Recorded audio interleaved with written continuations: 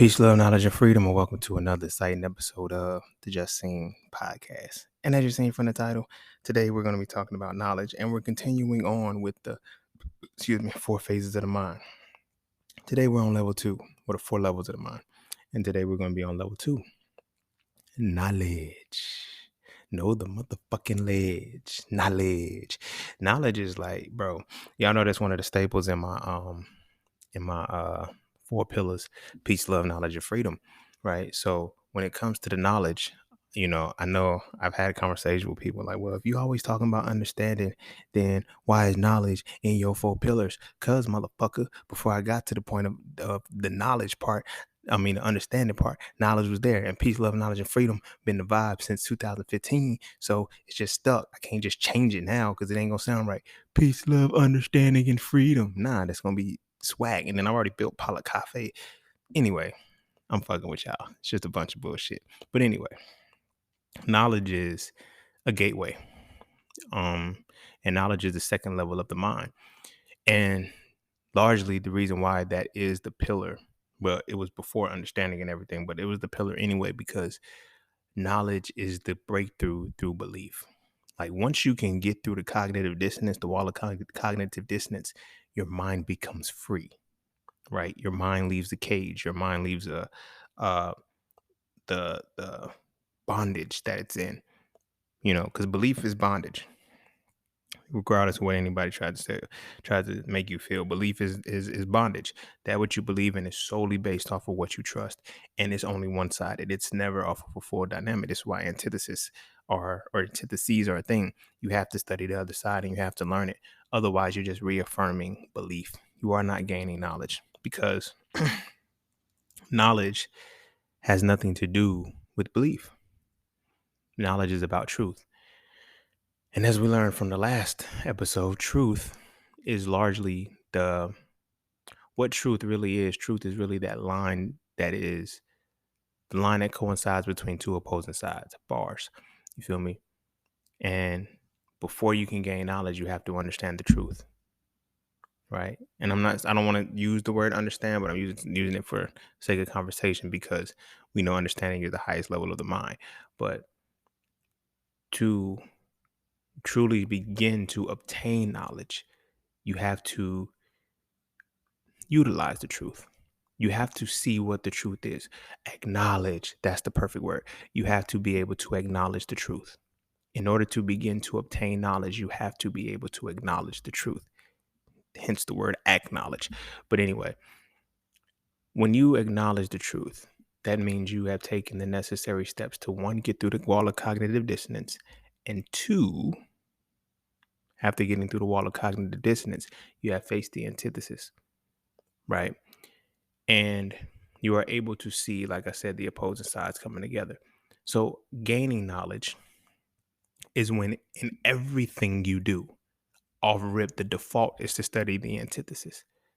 That's what it means to gain knowledge. You are intently looking for the truth. You feel me? And I get it. Knowledge is power. Knowledge is this. Knowledge ain't shit without application. To truly gain knowledge first, but that's a ending point. We'll talk about that next week, because that's experience and that's wisdom. But knowledge largely is when the truth is presented to you, and not only presented to you, when you're able to uncover the truth in whatever blanket that you're in. So you're able to see both sides at all times. So programming yourself to know, you feel me, is the first step in truly, moving through the higher levels of the mind. When we look at science, right, this is one of the powerful pieces, because it ties into a whole concept that they say, when you know better, you do better, right? And when we look at the word science, science itself means to know. Now, when we look at the word conscience, the prefix con always means with. If you see con in front of something, it means with this, right? So when you see conscience, it's spelled CONSCIENCE, conscience. It's spelled conscience. When I first learned how to spell that word, I always said conscience when I was trying to spell conscience, but it helped me separate that from conscious, because a lot of people they'll be saying conscious, but then saying conscience, and they're two different words. Therefore they have two different meanings. but science means to know. So conscience is with knowledge, right? Or with knowing. So when you look at Jiminy Cricket, Pinocchio, and all of these different things, it gives you your conscience is what attacks you. It's really just your unconscious and subconscious minds tapping into both the antithesis and the thesis of the thing that it is that you're looking at, and you're seeing both sides, and it's going to remind you of the truth. That's what a conscience is. It's supposed to remind you of the truth. In order to be reminded of the truth, you still have to have both sides of opposing sides. You still have to have the opposing sides and merge them together. You dig what I'm saying? But before we dive heavy into that, be sure to follow me on Instagram at _just_sing_. Be sure to check out my website at iamjustseen.com to get all things that are just seen. To all those who tip, donate, and sponsor to the podcast, you are greatly appreciated. To all those who would like to tip, donate, and sponsor to the podcast, you can do so by clicking the link in the description of the podcast. Not this episode, but the podcast itself. And as always, Cash App and PayPal are just fine. And I had to go ahead and cut it because I was flowing and I didn't want to, miss this opportunity to cut the break. So that's that for this, and that's this for that. So we're going to take a quick break, and when we come back, we're going to dive into knowledge, the second level of the mind. And don't forget to visit iamjustseen.com. There, you can get all things Just Seen. You want to add the So For Real series to your library? Visit iamjustseen.com. You want to learn how to master the markets for serious trading and investing? Visit iamjustseen.com. You want to get your hands on some exclusive merch like tees, hoodies, coffee mugs, hats, bags? Visit iamjustseen.com. Are you thinking about transitioning into the plant-based lifestyle? Visit iamjustseen.com. You ever want to just chat with Seen about anything from simple advice to mentorship? Visit iamjustseen.com. Anything and everything that is me, you can find at iamjustseen.com. So take a quick peek into my world to see why being just seen is nothing less but always more. Because you never really know what you need until you see it, and you will never see it unless you visit iamjustseen.com. All right. Welcome back. Picky back. Look, we're going to dive straight into it and continue on where we was at. So, conscience. When you have conscience, like I said, it means with science, you know what I'm saying? Or with knowledge, to know. So when your conscience kicks in, it's when your unconscious and subconscious minds are telling you the truth. You dig what I'm saying? They are telling you the truth of the reality, but you don't have the truth until you have faced the antithesis, until you have seen opposing sides aligning to tell you the same story. That's where the truth is, and that's when you have a conscience to nag you and say, hey, this doesn't feel right, or this isn't right, you shouldn't do this. That's why if you know better, you do better. But that phrase is often cliche because nobody really dives into what it is to know better. To know better means you have transcended the level of belief. You feel me? To know better means you have transcended the level of belief. This is important because people that, and it's going to sound crazy, but people who are like devout believers, or people who there's nothing that is more important than them than believing in something, they don't know shit and they don't know better. And it's fucked up because no matter how old you are, if you still have the believer's mindset, you don't know better. So you're still able, and this is why you have to reaffirm belief, because reaffirming belief keeps you in a space where you know you don't know better, or you feel deeply that you don't know better. So you don't decide to know better, because if you know better, you have to do better. But if you don't know better, you don't have to do better. But if you reaffirm belief, you can stay within the pocket that justifies the bullshit that you do. Knowledge doesn't allow that. Knowledge doesn't allow you to just justify your bullshit or to pacify yourself by catering to the things that align with your bullshit. No, knowledge is about being able to make choices, not pick options, but make choices. But that's the biggest theme of what knowledge really is: choices. You feel me? Choices, decision making, options. These things are all found within the level of the mind that is knowledge. You feel what I'm saying? There's a fine line, though, because I talk about it often. Like, there's a fine line between reaffirming belief and obtaining knowledge. And today we're going to be really peeling back the layers and getting into the nitty gritty of what it is to actually obtain knowledge, right? And the reason why I say obtaining knowledge and, reaffirming belief are very similar is because people think, oh, I got all of these books on the same shit. You feel me? All of the books that you read, if all of the books that you read on a certain bit of information are the same, or they're telling you the same story, you're not gaining knowledge. You feel me? I talk to a lot of people, especially religious people, when it comes to study, and they're like, yeah, you got to study this. And it's like everything you study substantiates your point, nothing refutes it. So, how do you know what the truth is? Well, nah, this is the truth because I studied, I got this book, and every book that you study tells you the same thing. That's one of the dangerous waters about religion, because religion tells you, religion only allows you to study the book that reaffirms your belief. And that's one of the dangerous parts about it, because it does seem like you're gaining knowledge. That's why, you know, I used to always wonder, like, how many times do you have to read the Bible to get it? And when you talk to people who are saying things like, and this is where I learned that there's a difference, because talking to people who just reaffirm belief, and I'm using, like I said, I got to use the religion because the religion is the thing that really fucks up our minds the most. It doesn't allow us to truly think and use it. So when I use religion, it's like, when I'm telling somebody that something is this, they're like, that's not in the Bible, or that's not in the Quran, or that's not in this. It's like, there's other information that's out there, right? It's like, but for them, that's all that matters. And that's all that will matter. And that's all that can matter, because if it doesn't reaffirm their belief, they cannot see beyond that. So everything that they do supports their claim. So here's the reality to that. There's a fine line between the perception of truth and trust. And I think because the two words start with TRU, that people think they're synonymous and they're close to each other. Trust and truth ain't got shit to do with each other.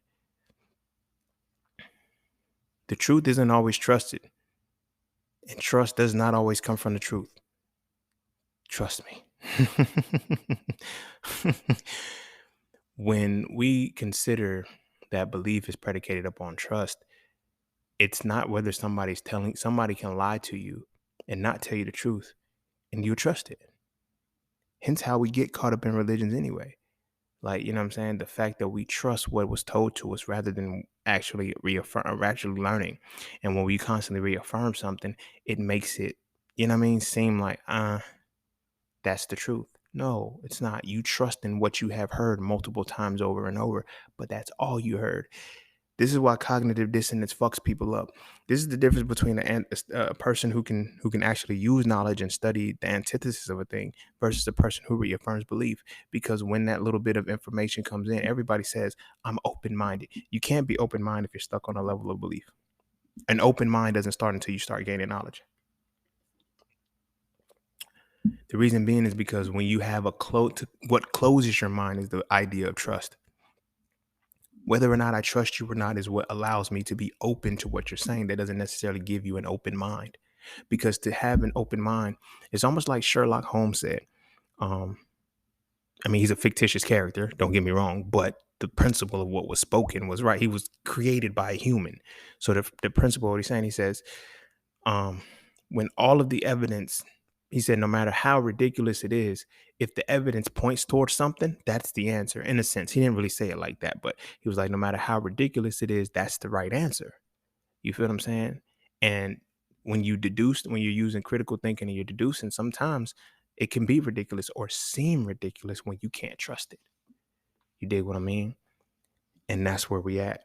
And when it comes to reaffirming belief, it's like people are, and when it starts with that religious mindset, this is why I tell people you have a religious mindset, and motherfuckers will say, I'm not religious, I'm spiritual. You can be spiritual, religious mindset. That's how the conscious community got started. And that's how the conscious community keeps starting and ending in intervals, because people think they're dropping knowledge and they're reaffirming belief. They're spewing belief and theory. Sounds good. Sounds good, but can you really apply it and break it down? Do you know the antithesis of what you're saying? Whenever I do sessions, whenever people ask me questions, whenever people really want to pick my brain and shit, they always say, like I always mention, they always say the same shit. I never thought about it like that. That's because I don't reaffirm my belief. I gain knowledge for real, for real. I study all sides of a thing. You feel me? When I'm teaching about mastering the market, right? When I'm really teaching about mastering the market, I teach you how to buy and I teach you how to sell. Those are antitheses to each other. Nobody else is able to do that. I ain't gonna say they're not able to, but nobody else. I even just seen a post. I even just posted it in my stories on Instagram, where Warren Buffett was like, he says, I don't know anybody who knows how to time the market. And motherfuckers was like, yeah, because there ain't nobody time the market. Me and the Iwi gang can. We can time that bitch with damn near accurate precision. You feel me? It's different. But that's because we have the antithesis. we are studying both sides and we are truly gaining knowledge in this. None of my students trust what I say, and I don't want them to. We have not used trust in a long time. Everybody, when we come together and I ask them the question, is this a good trade or not? Everybody's tapping into their knowledge bank. They're saying, I'm not going to trust that you're right just because you're the teacher or just because you're teaching me. Because I told them in the EWE, we peers now. You're not my students and I'm not your teacher. We're peers. You've already graduated. You've gone through Master the Market. That's why you're here. We're peers now. You feel me? So I'm going to treat you like my peer. So I'm going to ask you the questions to keep me accountable, to keep me on point. There is no belief here. There is 100% knowledge base because we have to have both sides. So when I'm teaching, I'm like, yo, you have this currency versus this currency, this positive versus this negative. Now we're going to meet in the middle and see what the truth is. Okay, well, this is a sell. This is a buy. Why? Because of all of these different things. You feel me? Shameless plug. That's not so shameless. Click the link in the bio. You feel me? Not in the bio, because this ain't social media, but hit the website. Master the Market, Inflate with Inflation. But that whole system is predicated upon gaining the knowledge. You have to be able and be willing to see both sides of a thing. You feel me? When you have the religious mindset, you're not capable of doing that. And the religious mindset does not have to be tied to religion. You feel me? It can even be in college when you can't take a certain professor, or you're listening to people who passed a certain class, so you're going to take that class because the person told you it was easy. That person may have told you the class was easy, but the for them was silent.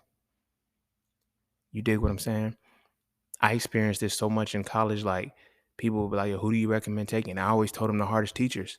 I didn't know I was telling them the hardest teachers because it was still easy to me. So they'd be like, yo, I thought you said he was easy. He is. He was. You want to challenge to me? I don't know what the fuck wrong with you. Like, it's just, like, you know what I'm saying? It's like, yo, how'd you do this? Like, he be doing this and this and that and third. It's like, I paid attention. I took notes and I studied. I don't really know, you know what I mean? Like, what you want me to do? Like, you know what I'm saying? Like, and this is one of the reasons why, and I know I just said study and I had to think about, what I was saying. 'Cause I thought you said you didn't study in undergrad. I didn't. And I didn't study until like my senior year, but in this context of what I meant by studying, I was studying without having to study. And here's what I mean by that. When I learned the material instantly in the course, I automatically, and I didn't even know that I was doing this, but this is how I knew from the jump that I never believed anybody. And I always tapped into the knowledge base, because what I would do is instantly, while I'm learning the material and going over it, there's always a pocket when they're doing their own examples. I would create my own, but I would create opposing examples. One thing that I will always do is work backwards and reverse engineer the problem for first, and then I will go in and just create random scenarios right there in the middle of class, and it just sticks. It just like, okay, bam, I already got the antithesis. I got both sides. I know how to do this, and not only do I have both sides, I know how to work it from the back. You feel what I'm saying? So I know how to work the entire scenario. Get your mind out the gutters. Nah, because mine went to the gutter. That's why I started laughing. But you feel me? I knew how to work it backwards and shit.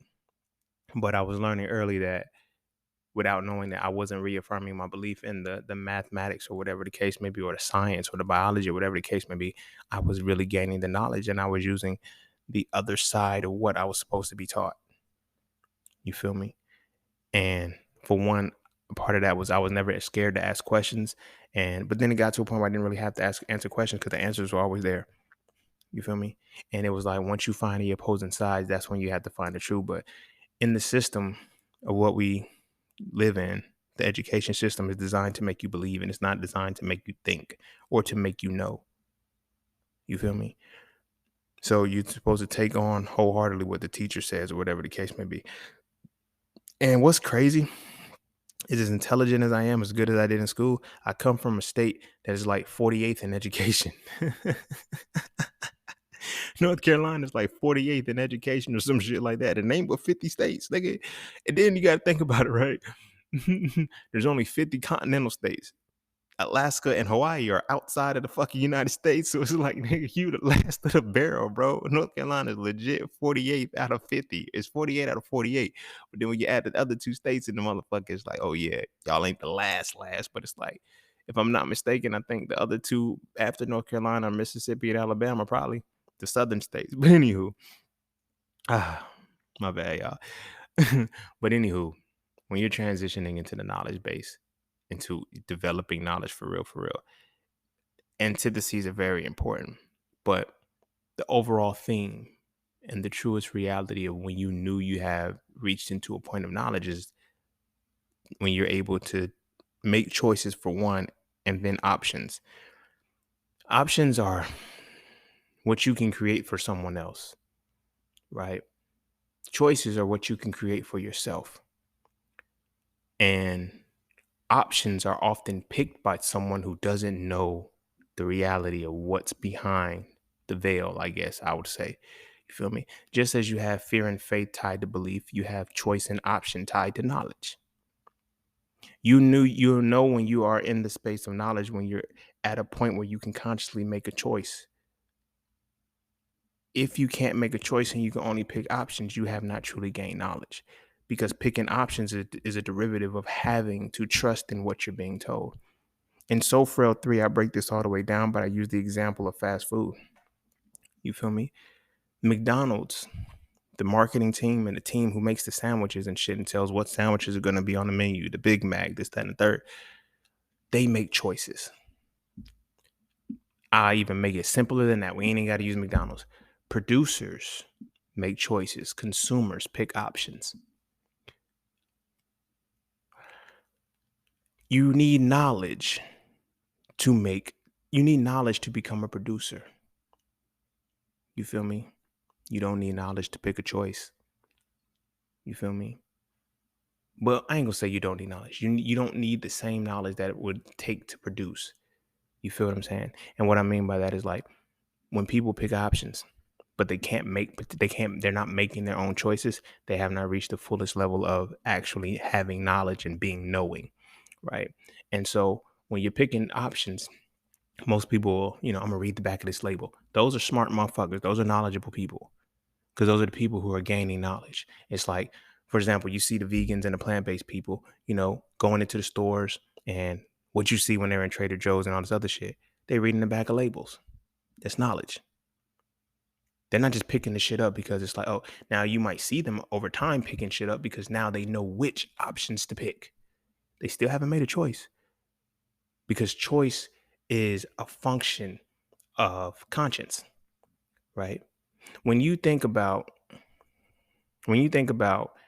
going back to conscience, Jiminy Cricket and shit like that, when you think about that, like, what nags you is the ability to make the right choice.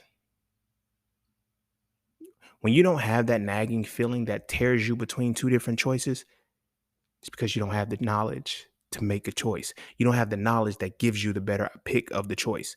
And I say pick because I don't like using options, because people say they use the word choose for options, which is very treacherous, because how the English language plays itself out, it's tricky purposely.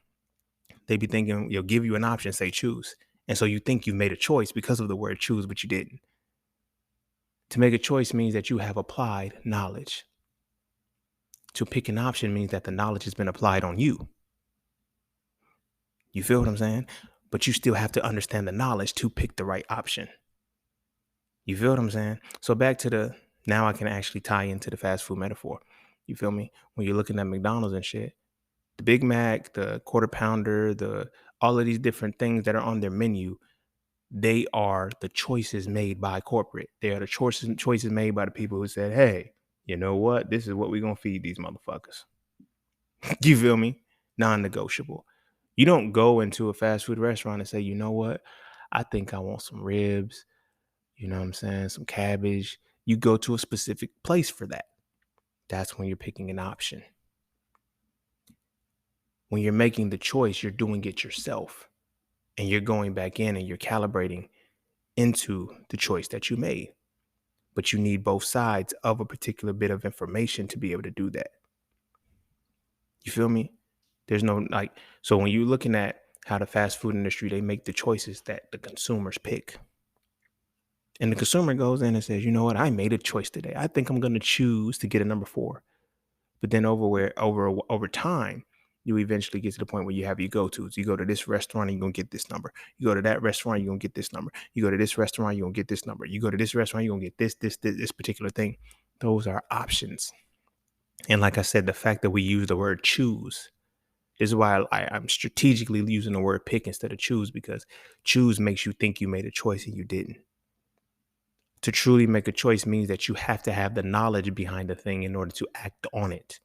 This is why conscience is important. You know when you've made a choice because what it does is when when your conscience kicks in, it puts you in a space where your intuition starts to tingle. So your spidey sense starts to tingle.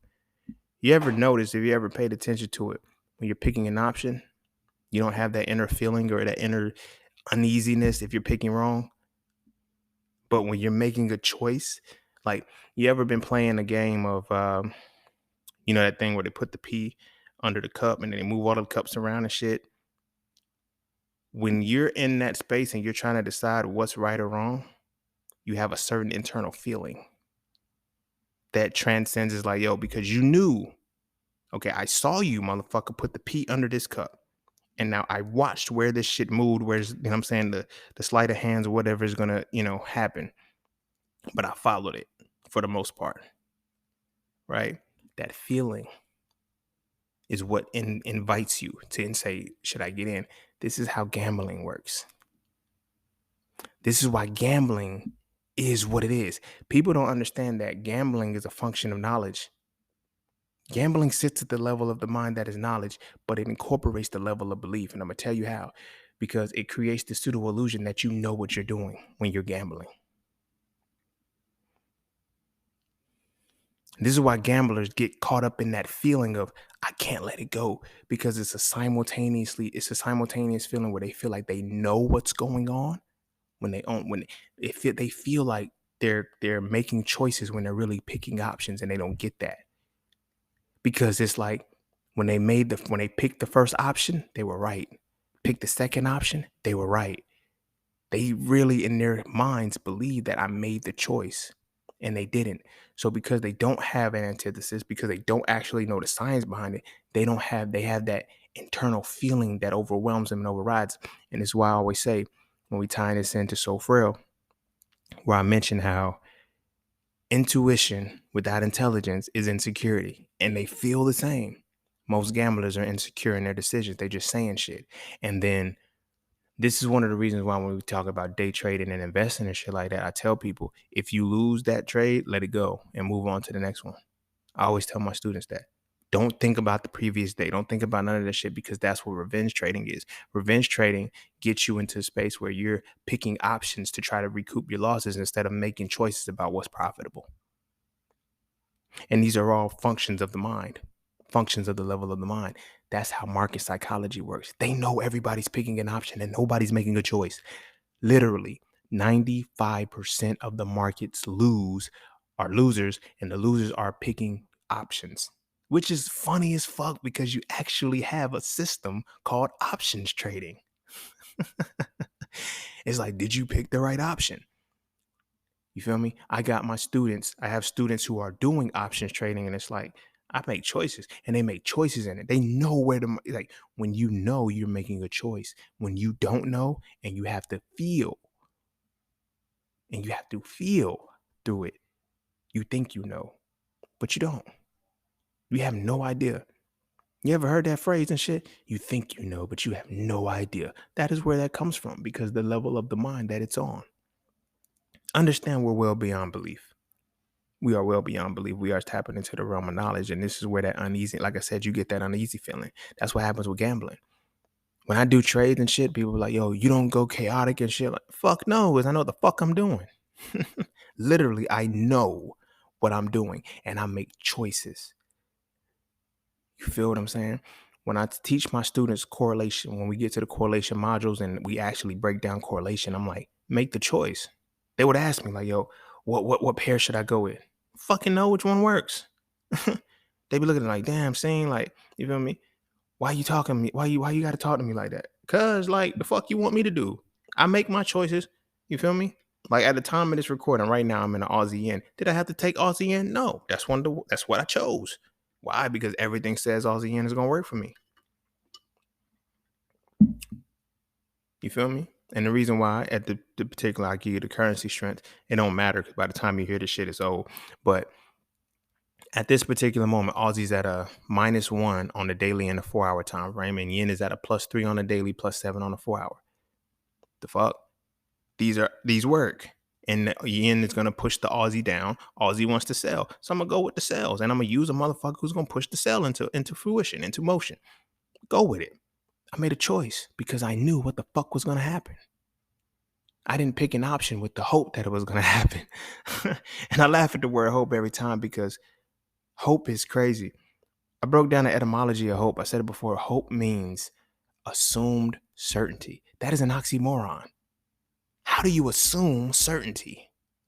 You can't. It's impossible. It's impossible to assume certainty. Because to assume that something is certain is crazy. That's crazy as fuck. That's insanity. Imagine how many people are hopeful and they are full of an assumption of assumed certainty.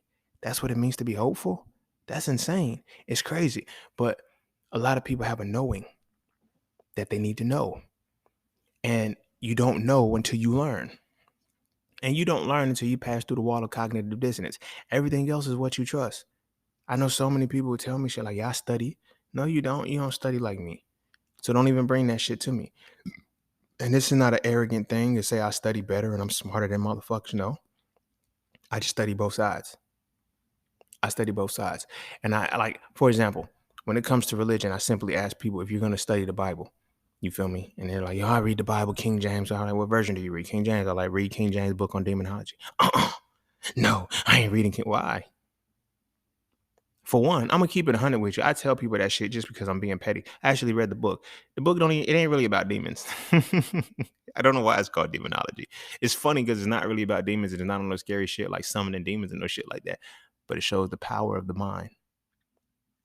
That is the level of belief to where instantly you have literally shut yourself out of fear because you don't understand something.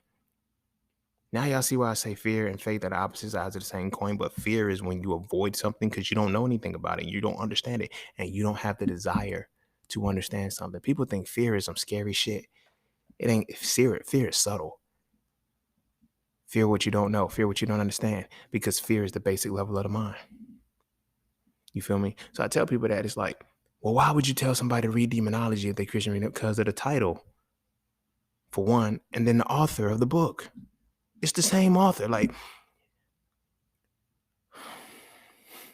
people who have read So Frail, a lot of people who have read So Frail also read Hitting the Raw. Do the two books have anything to do with each other? No, of course not. But it's the same author. And they're like, I want to know how this author thinks. Why? Because it gives you a better example of what it is that I'm expressing. You feel what I'm saying? In So Frail, although I centered everything around masculinity, I also gave you the antithesis of masculinity, which is femininity, throughout the entire book. The entire way I was walking you through the full perspective of seeing an antithesis before I even showed you. Everything was the duality and the balance. I put the good and I put the bad. I put the highs and I put the lows. I put the ins and I put the outs. I gave two examples of everything, two dualities, because that's how my mind works. And it's not how it just like works by natural design, because it's like that is from the area of knowledge. When you're truly gaining knowledge, you need the opposing sides to find where the truth resides in the middle. Truth is the impetus for knowledge. So when I tell people truth is relative to the experiencer, it is because it's in your experience in gaining truth. Are you willing to actually go to the depths of the antithesis? Not many people are. They go to the depths of only studying the thesis to make sure they reaffirm their belief. That's scary. That's scary to me because it's like, I used to be that way.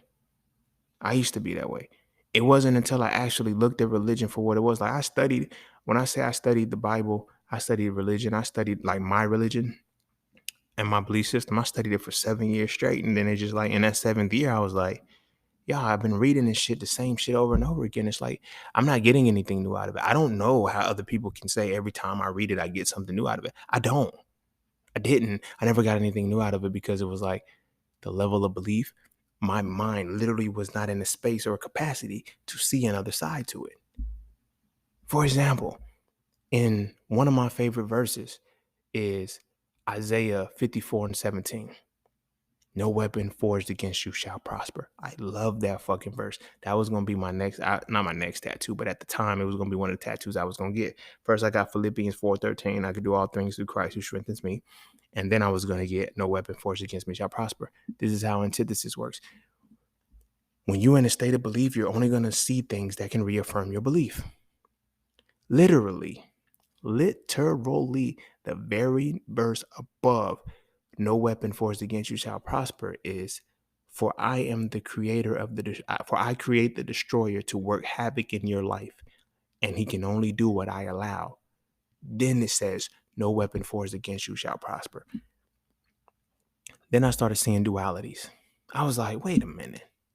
That's why the weapon doesn't prosper, because you give it limitations that it can only do so much. And then I think about the story of Job, when God took all of his shit and killed and motherfuckers think it was the devil that did it, and it's not. It's because when you're reading it, you completely overlook that God can be bad, so you don't see God doing bad shit, because you reaffirm your belief. You don't read it to understand it, and that's very scary and very dangerous waters, because a lot of people really think they're learning, and in thinking that they're learning, they're not. That's why they stay in a limited space.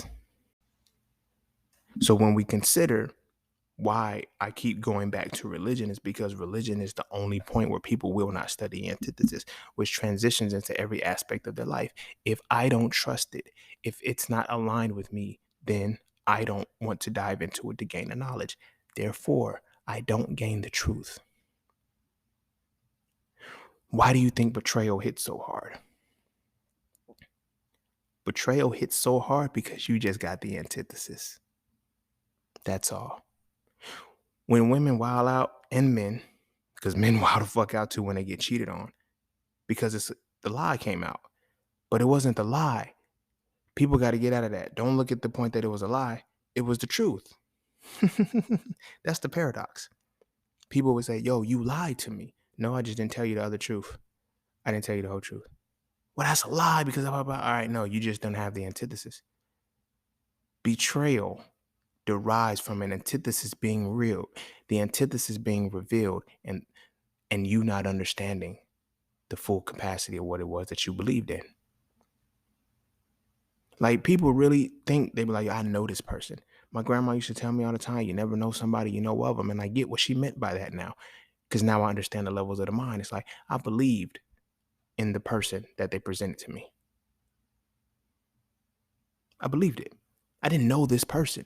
I believed who this person showed me that they were. That's it.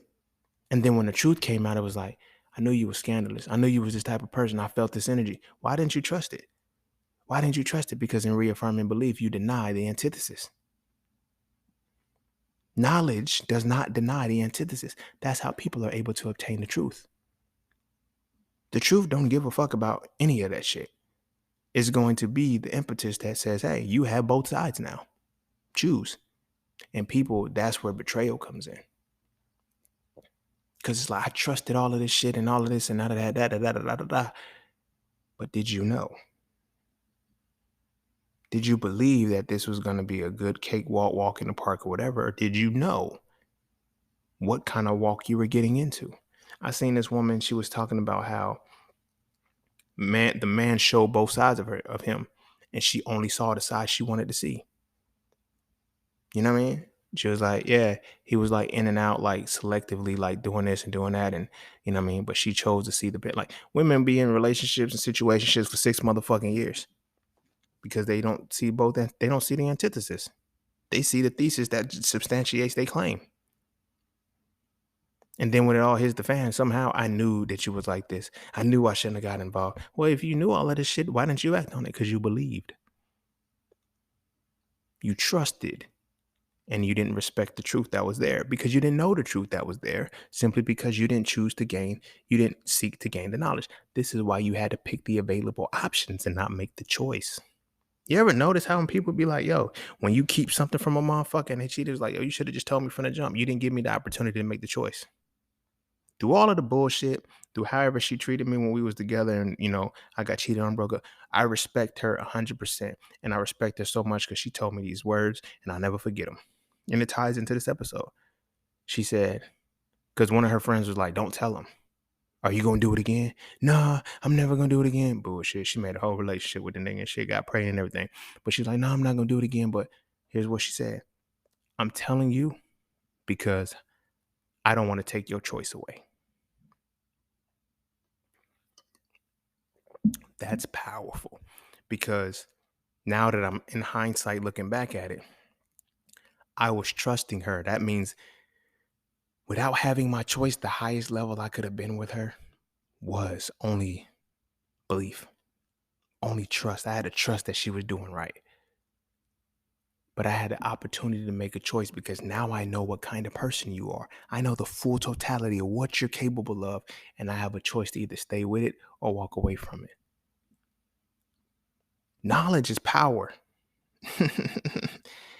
Knowledge is power because when you have power, you have the ability to make a choice. That's what makes you powerful. When we look at how, when we look at the supremacy structure, whatever the case may be, it's like nobody else has a choice. That's why their power reigns supreme, because you don't have a choice. You're not given a choice behind how you're going to maneuver within this paradigm. It's kind of one of those get down and lay down. Doesn't mean it has to stay that way. Trust me, it doesn't mean that it has to stay that way. You can learn the ins and outs of the game, but that comes into the question of, do you really want to know? That's the real question. Do you really want to know? A lot of people pretend that they do. They're like, yeah, I want to know the truth. I want to know this. I want to know what you like. I had so many people tell me shit like, I want to know everything you know. You can't. You can't. You want to believe the shit so you can go regurgitate it to another motherfucker that you can stand on. No, but you don't want to know what I know. Trust me. Because there's a dark side that you got to walk down to see this shit. And I'm not saying dabble in no dark arts and no shit like that, but I'm saying light and dark. When I do jam sessions and I say certain things, I say them for a reason. In one of my jam sessions, I said, I'm light and dark. I take the walk and I cake the walk. It's easy to me. I took the walk. The antithesis road is not a good road. That's why a lot of people never gain knowledge. So if this is only the second, we're going to stay and keep the flow. But if this is only the second level of the mind, what you think is going to happen when we start talking about the third level and the fourth level? A lot of motherfuckers struggle with the level that I'm talking about right now. You know why? Because the truth is hard. Truth is hard to face. The truth be staring you right there in your face and you can't even see it because you like, nah, I don't want to believe that. Because you've been reaffirming beliefs so much in your life, you've been thinking you gaining knowledge and you're not. You're not. That's why that betrayal hits. That's why when that little bit of information, this is why I understand. I always tell people the mind is the strongest, weakest thing in the world. And I say the mind it's like a rubber band. And this is why I don't drop knowledge like I used to on social media and shit like that, because motherfuckers would just believe in me. They wasn't studying it. They wasn't fact checking me. They wasn't going back into the deeper archives like I was doing and studying the full information. They would just drop their knowledge, king. Drop their knowledge, king. I stopped doing that shit because I hate that. I'm like, y'all know I'm coming from understanding, right? And y'all want to stay on the first level because y'all trust me? Fuck y'all. I don't want to do this shit anymore. That's not fair because that's manipulating people. I just happen to have the integrity to say, I'm not going to do that shit because I know how delicate the mind is. And if I give you your information too strong and it pops your mind, it can drive you fucking insane because you got to deal with the betrayal. That wall of cognitive dissonance is something else. It's one thing to keep running into it and it's staying up. But I got the capacity of, if you try to go down that rabbit hole with me, and I think I want to know everything you know. I don't hold back.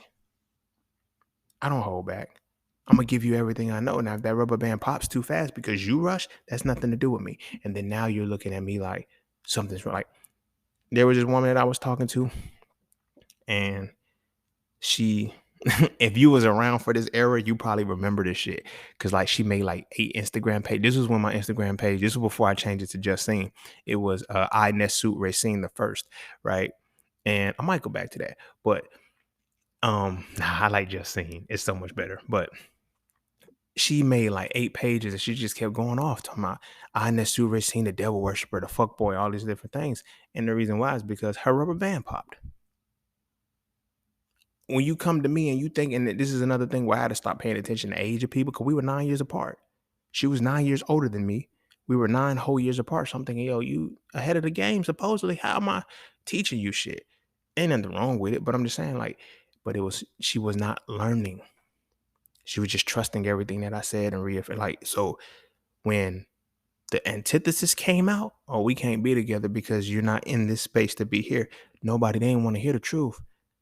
Popped their fucking rubber band. Made her go like, cause you're not trying to fully understand you're not trying to reach knowledge, you're trying to believe. So when I would be like, yo, I've had women like, yo, I want to do investing, I want to do this shit, but I'll just give you the money and let you do it if we get together. Nope. Because then what's gonna happen when I'm not together? Now you fucked. Like, these are skills that I have, these are resources that I have. They're not going anywhere because I know what I'm doing. You believe in what I'm doing, so you're gonna trust me. Then it's like, what happens when it's all said and done? You feel me? And these are the things that I'm saying, because it's like betrayal is a motherfucker. Betrayal is a motherfucker. And it's largely tied to what you don't know. And you don't know that you don't know it until the blow up happens. And that blow up is a derivative of that wall of cognitive dissonance. Truth breaks the wall of cognitive dissonance, and it does that shit like Juggernaut. It runs straight through that motherfucker. That's why when a motherfucker get the truth, that's why you hate it so bad. You end up hating the people that knew. You end up hating everything about it. Like, I had to come to terms with actually forgiving some of my homies, because we had went out one day, and it was me, my girlfriend at the time, all of our, like, it was just a friendly get out, and we had a good night at the party. Some dude pulled up, like, we was at cookout eating and shit. Some dude was like, he was calling my girl name and shit, and I was like, yo, why he calling you? Everybody's like, nah, he's not calling her, blah blah blah. So everybody covered for her. Everybody covered for her. I didn't find out until like after we had broke up and everything, and we was having conversations. Come out, I said, so y'all knew this shit and y'all kept it from me. I said, let me explain something. Let me ask y'all this: if the roles were switching, if it was a chick calling me, what would y'all have done? Would y'all have covered for me? Ray, you right. I'm sorry. I apologize. I know, and I was mad because I was betrayed. Because you knew, but at the same time, that ties into that level of the mind. And when I got to that next level of the mind, I was able to forgive them and move on, because it's like, I know code. That's cold. That's your girl. That's your homie. I'm not mad. I can't be mad at y'all loyalty for your homie. But I'm also mad that y'all weren't loyal to me. But I'm like, damn, y'all were stuck in a fucked up situation because y'all had to be loyal to both of us. You feel what I'm saying? But in the moment, y'all cover for her because you thinking it's like, yeah, she knew who that nigga was. And y'all knew that she knew who that nigga was. And y'all knew that nigga was calling her. But y'all try to make it look like I was crazy. Like I'm not hearing what I'm hearing. You feel me? So I was like, all right, it is what it is and it ain't what it ain't. But that taught me the truth. That taught me the power of truth. Truth is the impetus that leads you into knowledge. You cannot obtain knowledge if you are not willing to face the truth. Truth is not beautiful. Truth is also not ugly. Truth is what the fuck it is. That's why truth is relative to the experiencer. People look at truth as what they can believe and trust in. Truth is the agreement of opposing sides. You have to realize when these opposing sides say the same thing. And that is when you know you are gaining knowledge. That is when you know you are walking into the actual mental space of knowledge. This is why I'm like, when people tell me, oh, everybody got their own beliefs. Cool. That's why I don't believe shit. When I tell motherfuckers I don't believe shit, they be thinking, oh, you're an atheist, you're this and the third. See where your mind is? You don't even have the knowledge to understand or see the truth that somebody can actually do something without being wrapped up in one thing. Like, you know how that phrase goes, if you're not with me, you're against me. No, bitch, if I'm not with you, I don't give a fuck about what's against you. I don't give a fuck about none of that shit. But people can't see that because that's the mind of the belief. It's like, yo, you have to be picking a side, fear or faith. If you're not running towards this, that means you're running from it. No, I'm standing the fuck still, looking and observing and seeing what the fuck is going on. You feel what I'm saying? Like, one thing black people do, and it's funny because I still do this shit now because you got to know what's up. But I started to see certain things and I stopped doing it because it's like sometimes that can fuck you up too.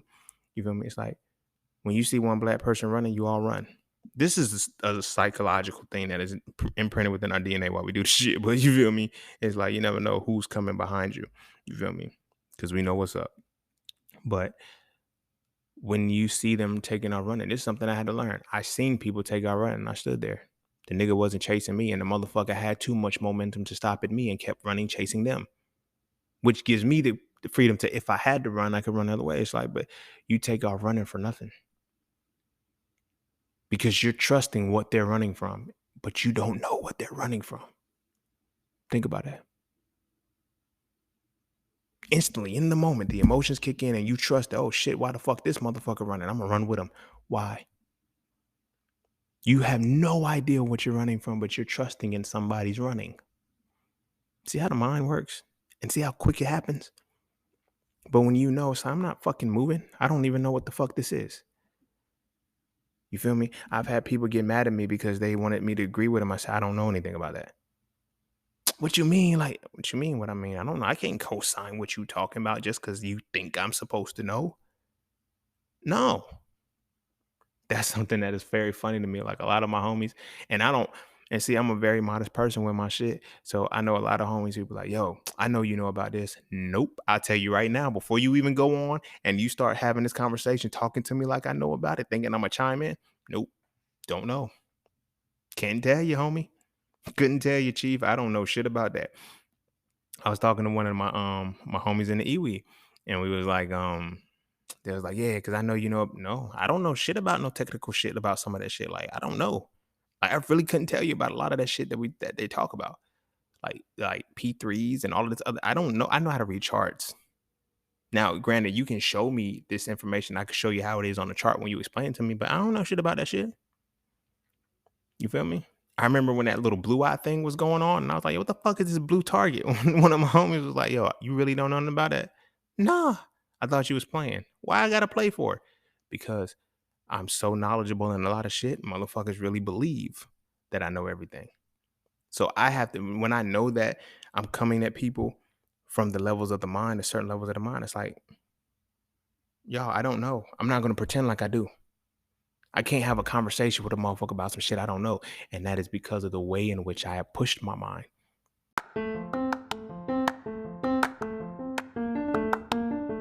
All you keep hearing is get into the markets. But do you trade or do you invest? Should you do stocks, Forex, crypto, or NFTs? My personal answer is not a single one if you don't know how to read a chart.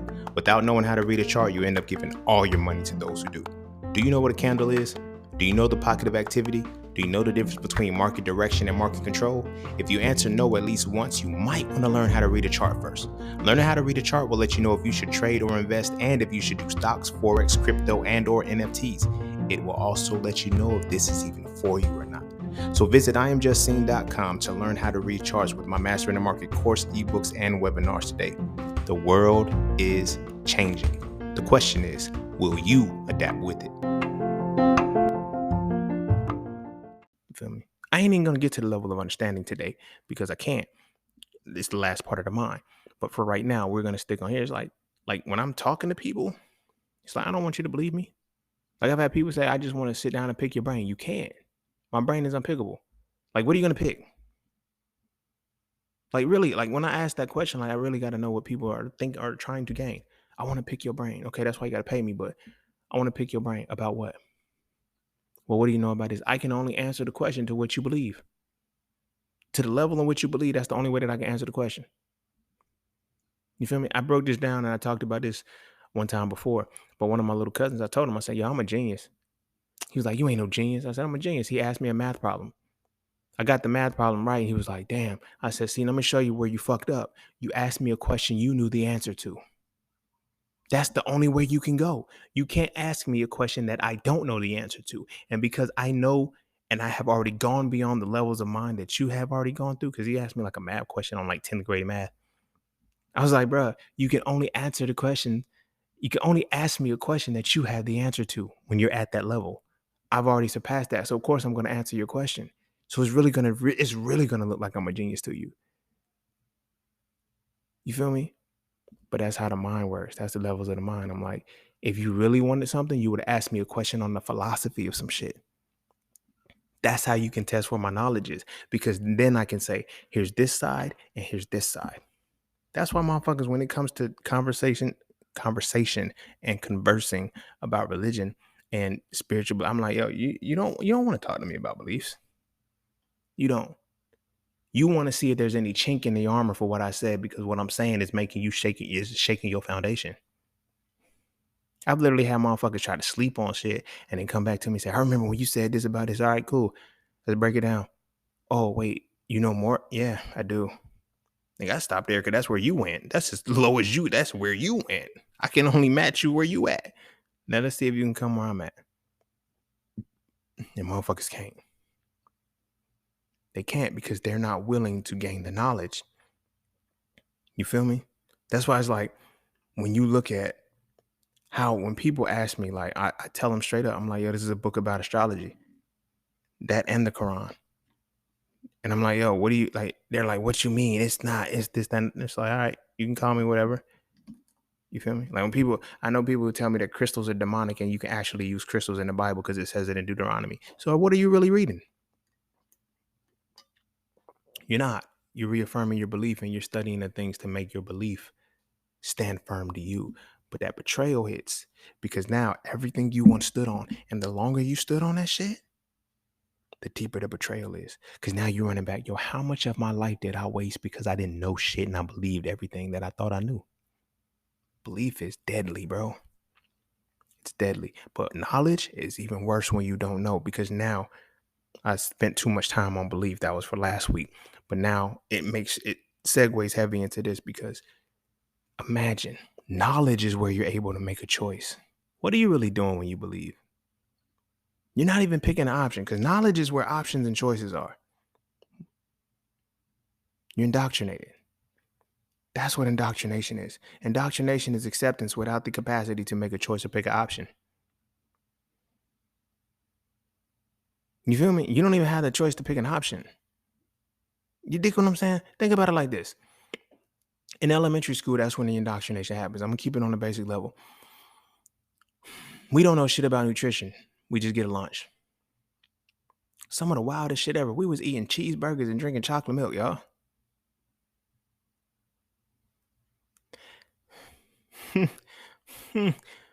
They've been fucking our bodies up for the longest. Think about it. Think about what the meal was. Fridays, you already knew we had pizza, chocolate milk, or whole milk, whatever. I drunk chocolate milk, pizza, chocolate milk, and French fries. Ultimately, I'm talking elementary school. That's a Friday. Pizza, chocolate milk, chocolate milk, and French fries. I'm gonna leave it at that because there was so much shit going on with that shit, but we ate it. We didn't even have an option. Yeah, you went through the line and you had like little, okay, you're gonna get pizza this day or whatever the case may be. But you didn't have a choice. You damn sure didn't have a choice for sure, but you really didn't have an option either. You feel me? You just ate it. You didn't even know that this was good or bad for you. It was horrible. It's fucking horrible. When we really think about it, think about this. Just think about the meal. When I break it down, you'll see why. Like the cheeseburger in elementary school, it was the burger, the cheese. That's it. You know, might put pickles on it. I'll give you little pickles on the side to do whatever. But think about it. The burger is the protein. It's the meat. The bread is the starch. Right? And then you had cheese on that bitch. None of that shit is food combined properly. According to food combining, you can't mix starches and protein together. Your body doesn't digest them at the same time. And then we're not supposed to be eating cheese and dairy because we're lactose intolerant. The reason why we're lactose intolerant is because we don't have a lactase enzyme. We have a protease enzyme, a nuclease enzyme. We have lipase enzyme. We have the amylase enzyme. So that's for protein. It's for breaking down proteins, nucleic acids, starches, protein, nucleic acids, starches, and lipids, right? That's what that's for. And your body is only going to respond a certain way. So with food combining, like I said, proteins and starches don't digest at the same time, but we're eating a protein and a starch every day together when we eat sandwiches and we eat shit like that. Like, and then we're drinking milk and cheese, lactose intolerant. Our body doesn't break shit down. It don't. The shit just sit right there, literally, and turns into shit. We don't have a choice or an option, but we were indoctrinated. That's what indoctrination is. That's what indoctrination is. Your complete choice and option is stripped away from you, and you have to believe that this is what's good for you. It's crazy, right? And that's what the education system does to us, makes us believe this shit. So then when we get older and you go on autopilot, you don't even think twice about the shit that you put together. Because it's like, how does my body work with this? It don't. It don't. It don't. It's not supposed to. But this is where the knowledge comes in, because we think we're making a choice. That's where that's where I was really driving to. All of our lives, they gave us options and made us think we were making choices. So what's your choice? They tell you to choose an option. You don't choose options. You pick options. You choose choices. The words are that powerful. You choose choices. But what's the choice? The kids who brought their lunches to school, their parents made the choice for them. But even that was awesome shit. Like, motherfuckers got sandwiches and chips and shit like that with some fruit roll up and gushers and shit. None of that shit was supposed to be eaten together, yo. It's crazy. You know what I'm saying? But it's a part of the knowledge that we don't have, because when you don't have the knowledge, you have the inability to make a choice. Knowledge is that powerful. And I think a lot of people don't realize that. They think, okay, and you know what's crazy though too is, like, in reaffirming belief, thinking that you're gaining knowledge, you think that's where your power lies. How much power does it have if in any moment I can tell you something that completely shattered that reality and the power's gone? You dig what I'm saying? I had a lady one time, and I didn't get cussed out, but I got rebuked. I got rebuked in the name of Jesus, and I'm gonna tell you what I got rebuked in the name of Jesus for. I was in Philly, and this elderly lady, she's sitting outside of a store she's in a wheelchair. She asked me about, her Lord and Savior, Jesus Christ. And she says, you need to try to hand me a book. She said, he's a healer. He's this and the third. I said, well, how come you can't walk? Why he ain't heal you? Now, mind it, I'm being petty. I'm purposely being petty. This was fucked up, but this was at a time when I first woke up. So anybody could have got the smoke. I ain't give a fuck. Like, you feel me? Because that betrayal was there. I got through that wall of cognitive dissonance, and that betrayal was there because I couldn't trust anybody. Because truth had been revealed to me, and there was no longer trusting anything. And again, that's why I said, because it starts with the TRU, people think truth and trust are the same thing. They're not. They're not. They're not. So when I started gaining the truth, I couldn't trust anybody no more. So I'm, kind of tight. I'm like, yo, so why you can't walk? If prayer worked, I'm sure you prayed several times that you want your mobility back. You didn't get it. So prayer don't work. We can't say it worked conditionally. We're working conditionally on some stupid shit. You feel me? What does work is action, plans, plots, and strategies. And that's where that comes from the knowledge base of making choices. A lot of people be thinking that, oh, I prayed for this so it worked. That's why they say faith without works is dead, because the work is when you take that responsibility to make a choice. In the work, you're going to learn the certain dynamics and the realities of what it takes to understand the truth of the situation, to make the choice to make this a reality. Manifestation, that's all it is. People are like, yeah, I did X, Y, and Z, and then, okay, did it work out for you? Nah, it just wasn't for me. Because you ain't do your work. You didn't make the choice. You tried to pick an option, and no options were available to you. Because here's the thing about stepping into the realm of the mind of knowledge. Once you get here, I'm going to keep it 100 with you.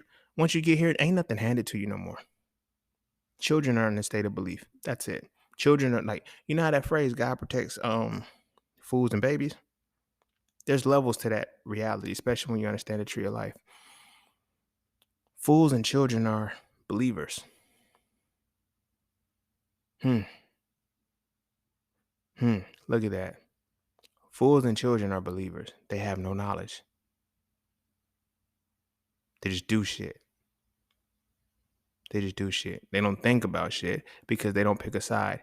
You feel me? But largely children don't have fear. But at the end of the day, it's either fear or faith. Believers are faithful. Children are fearless. You feel me? But neither one of them are knowledgeable. Knowledgeable to the point where they can discern the truth. But you have to trust in what gives you what you think is the truth.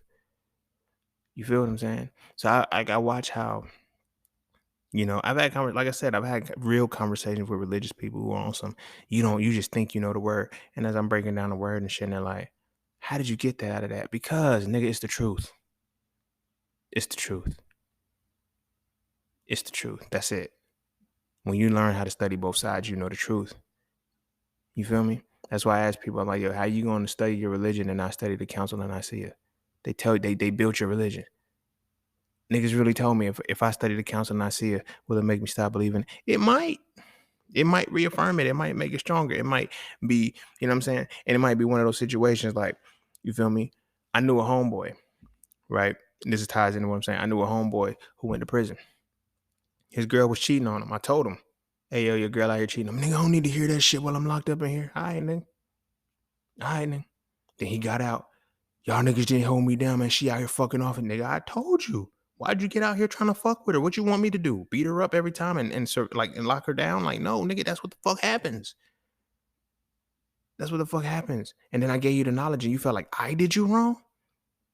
Nah, you knew what kind of bitch you was fucking with. You know why? Because you took her from the last nigga that went to prison.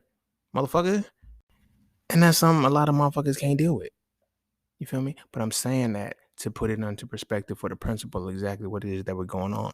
Don't nobody want to hear it. Nobody wants the truth. And people be like, yo, just tell me the truth. I can't because I don't know what the other side is for you. What is it that you really hold on to that you need the missing pieces to?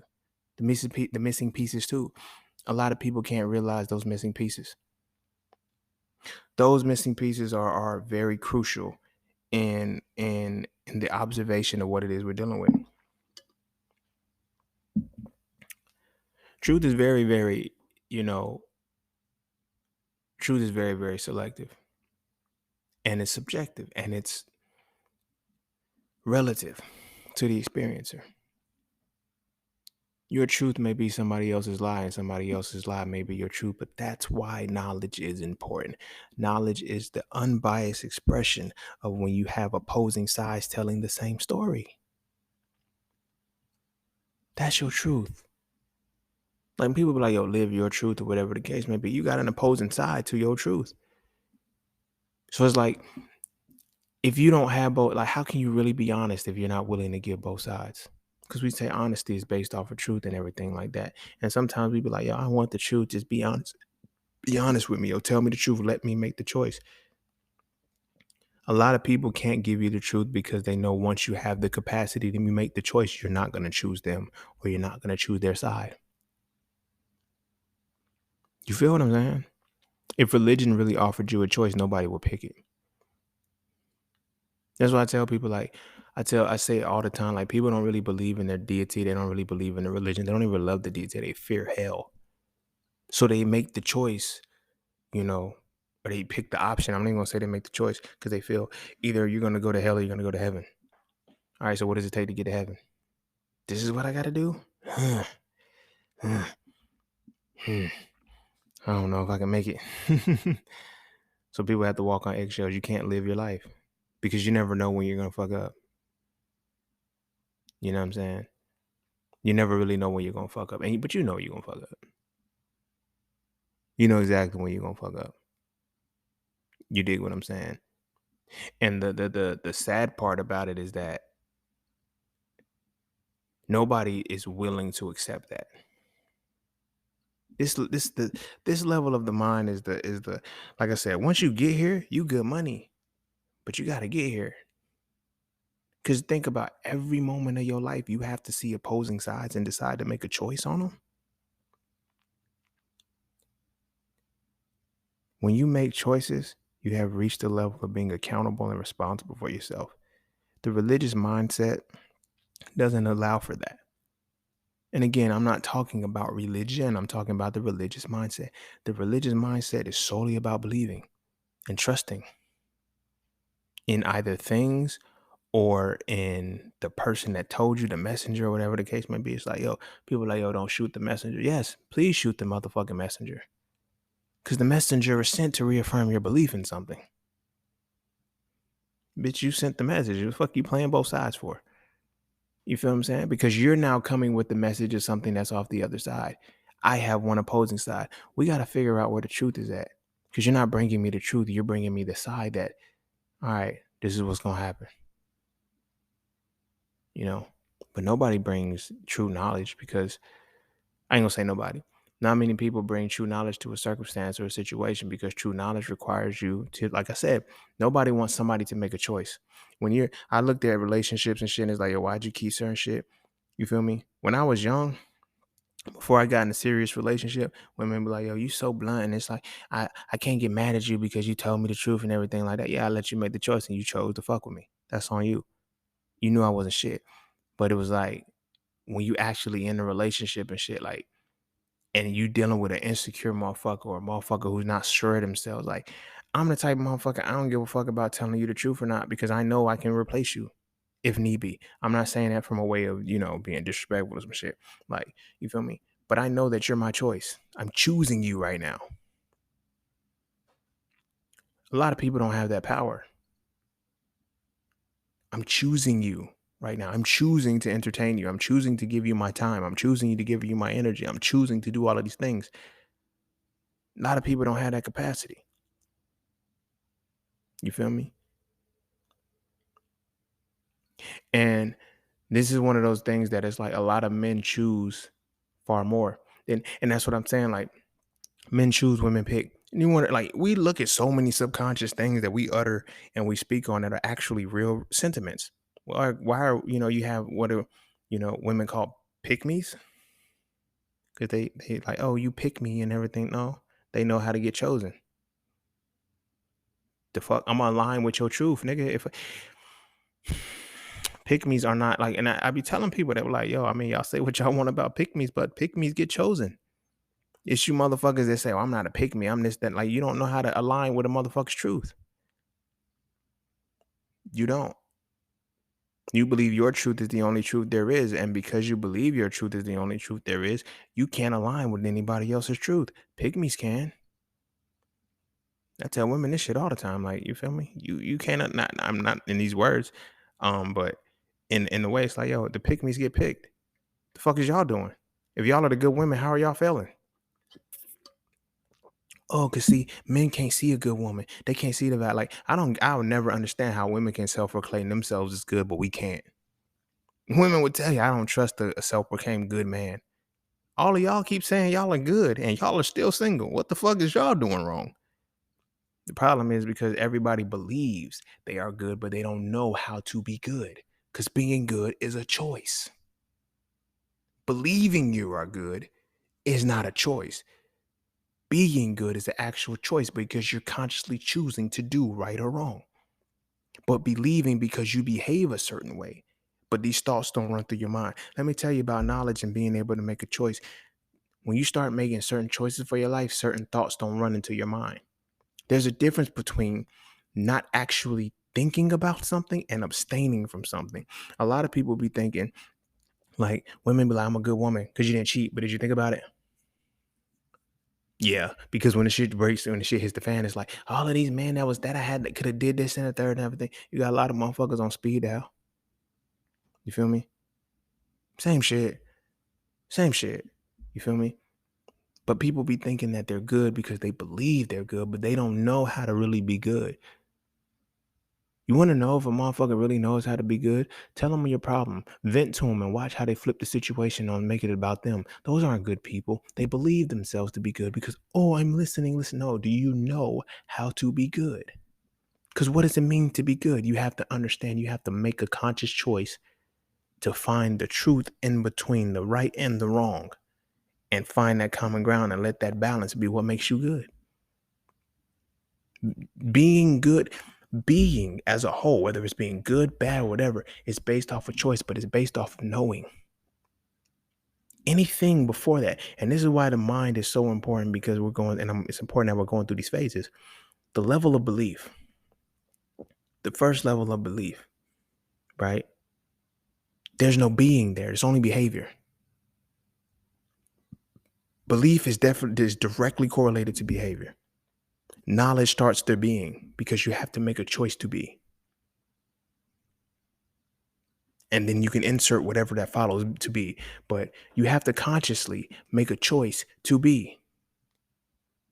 You feel what I'm saying? I hope you're walking with me on it. And I hope you're picking up what the hell I'm putting down. You feel me? You have to consciously make a choice to be anything. You dig what I'm saying? A lot of motherfuckers don't know how to make the choice to be because it requires you understanding the truth of the thing that you're trying to be. To be good, you need to know both sides of what it is to be good. To be bad, you need to know both sides of what it is to be bad. To be anything, you have to know both sides of what it is to be that thing and find the common ground, and that's your truth. And then you can walk in it. A lot of motherfuckers just believe that they're supposed to be X, Y, and Z because of whatever circumstance happened in their life. They don't know how to be. Because knowing causes you to shatter through the wall of cognitive dissonance. When I tell people, when I talk about my stories and I tell the things, it's like, yo, how are you at your absolute self? You always talk about your absolute self. Cause bitch, I know me. I don't believe I'm a good person. I don't believe I'm a good man. I don't believe I'm the right man for the people. I don't believe I'm intelligent. I don't believe I don't believe shit. I know. I know the things, I know the good and bad about myself. I know I be impulsive. You feel what I'm saying? And then, it helps that I study the stars a little bit so I can say, I know I have Aryan energy that makes me impulsive, that makes me just act on shit. But I also know I have a lot of Capricornish energy in my first house of the astrology sign that makes me very, very structured. So I plan and I get shit done. And then my Aries energy, boom, go ahead and initiate. That's why a lot of motherfuckers be like, yo, how do you pivot so well? Because I'm balanced right with earth and fire. I know me, but I knew this before I even knew the stars. But I know me, so I make a conscious choice to be seen. Pun intended. So when I tell people, like, yo, this is me, I know that. It's deeper than just knowing. I understand me, but we'll get to those points. I'm going to get to those points. I believed in myself a long time ago, but when you believe in yourself, that's the initiating piece. People, when you look at the levels of the mind, the moment, I'm going to keep it 100 with you, the moment you decide to believe in yourself, that's when your spiritual awakening begins. You know why? Because when you face the wall of cognitive dissonance of yourself, only way you're gonna face your shadow side is through pain. That illusion and all of the playful shit that you're going through and the that's gonna be revealed when you start to know yourself, because now you have to see the opposing sides of who you are and find the truth that resides in it. That's when the spiritual awakening is happening, because it's shattering that illusion. You're getting through the wall of cognitive dissonance and you realize you've been betraying yourself. There's a lot of shit that you just really were supposed to be doing that you let go, and you can't do that anymore. What do you think a midlife crisis is about? You can no longer believe, and you starting to your mind is trying to transition into knowledge of self, and you can't. This is what I'm saying when people be like, yo, knowledge of self, they just study history and shit. No, nigga, what about the biology? What about the mentality? What about the understanding of the soul? Y'all niggas don't want to go through that shit. Y'all don't really want to know you because y'all don't really want to know shit. Because to know shit means that you start making choices. When I was young, people always say, yo, you got to make better choices. I didn't know anything about making a better choice, but you can't make a choice on the level of the belief of the mind. You're not making the choice. The most you can do is pick an option if you're lucky. Because I have to trust that you have my best interest at hand. And a lot of motherfuckers don't. Like, they be like, yo, choose your friends wisely. To choose your friends wisely means you have to know yourself. Because you got to know where you're supposed to be and where you're not. Sit with that. Sit with that. The knowing is a very, very important piece of the mind. The knowing is the very first level of the mind. And it shows how even in biblical times when they said Adam and Eve, they ate of the fruit and they became knowing, these niggas hadn't even reached the second and third levels of the mind, and the knowing alone freaked them out. You know why? Because they had a choice to make. They were given the power of choice. And that's what's crazy, because it's like, how do you get free will and then get punished for it? That's the reason why I come to people like, yo, well, God gives you free will, then why are you punished for it? And people can't answer that question and the reason why you're punished for it, because, and they'll say, well, you get the choice to do it. They don't know how to articulate it well.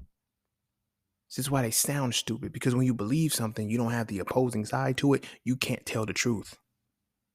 That's why it sounds so stupid to say, well, we got free will, but when we got free will, like you got the choice if you're going to do bad, but it's free will. So if it's free will, I shouldn't be punished for it. No, The reason why you have free will is because free will is the capacity to make a choice.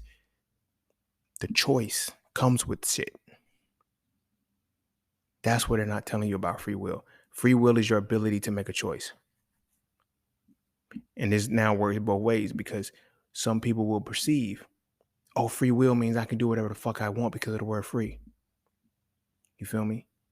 And then you have the other niggas that say, well, it's free will, but I'm gonna choose to do God's will. So I'm not gonna live my life. And it's these two different extremes. They don't find the truth in the opposing sides, in which you can do whatever the fuck you want to do if you're willing to deal with the consequences. Hence why the fourth pillar in my stance is peace, love, knowledge, and freedom. The freedom precedes the knowledge. Follows the knowledge, but it derives from a similar pocket. When you are willing to gain knowledge, you are willing to make choices. When you're willing to make choices, live with those choices and make those choices an extension of yourself everywhere you go, you have freedom. Every choice that I make, I'm comfortable in dealing with the consequences, no matter how bad they may be. I don't want pity if they're bad. I don't want sympathy. I don't want none of that shit, because I made the choice. I'll deal with it. I'll fix it. I'll do whatever I need to do, but I made the choice. As opposed to when shit just happens in my life or happens in somebody's life and they're like, oh my God, you're turning a chicken little and shit. Why does my life just keep happening? Why does it? You made the choice and you didn't even realize that you made the choice. And no, let me take that back. You didn't make the choice. You picked the option and you felt like that shouldn't, because you trusted in who gave you the option. You trusted in who gave you the option. Therefore, because you trusted and gave you the option, you didn't know how to make the necessary choice, because you didn't know the truth, which gives you the precedence and the reasoning to you know what I mean? So when I tell people, like, I don't have to follow the will of a deity. I follow my own will. I make the choices that I need to make. That's blasphemous. No, it's not. I'm not a child. I'm a whole fucking adult. So I act like adults act. I carry myself like I don't even act, I be. And I'm able to be because I know. I know. I know. And knowing is like, it's a powerful thing. And that's only the second level of the mind. When you get to that level of knowing, when you're able to make choices, conscious choices, now,